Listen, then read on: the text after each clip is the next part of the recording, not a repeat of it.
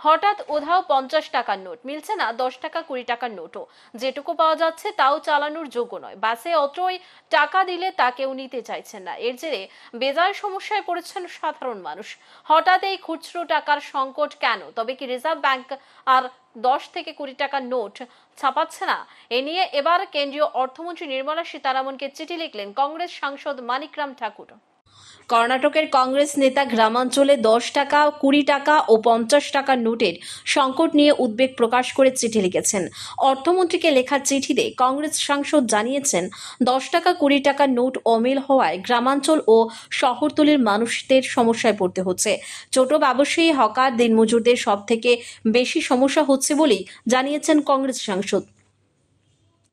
তিনি জানান, এমন বহু মানুষ রয়েছেন যাদের কাছে এখনো ডিজিটাল পেমেন্ট সিস্টেম নেই। তাদের নগদ লেনদেনের উপরই নির্ভর করতে হয়, কিন্তু নোট অমিল হওয়ায় তাদের সাধারণ জীবনযাপনের সমস্যার সৃষ্টি হচ্ছে। কংগ্রেস সাংসদ একটি রিপোর্টও তুলে ধরেন, যেখানে বলা হয়েছে ইউপিআই এর মাধ্যমে লেনদেন বাড়াতে রিজার্ভ ব্যাংক অফ ইন্ডিয়া অল্প মূল্যের মুদ্রা ছাপানো স্থগিত রেখেছে। তিনি বলেন যে ডিজিটাল পেমেন্টের ব্যবহার বাড়ানোর উদ্যোগ ভালো হলেও তার সাধারণ মানুষ, বিশেষ করে গ্রামাঞ্চলের মানুষদের যাদের কাছে ডিজিটাল পেমেন্ট এখনো পৌঁছয়নি, তাদের সমস্যা হচ্ছে। মানিকরাম অর্থমন্ত্রীর কাছে আর্জি জানান যে এ বিষয়ে যেন তিনি দৃষ্টিপাত করেন এবং আরবিআইকে দ্রুত কম টাকার মুদ্রা ছাপানো ও বন্টন শুরু করা হয় সেদিকে নজর দেন।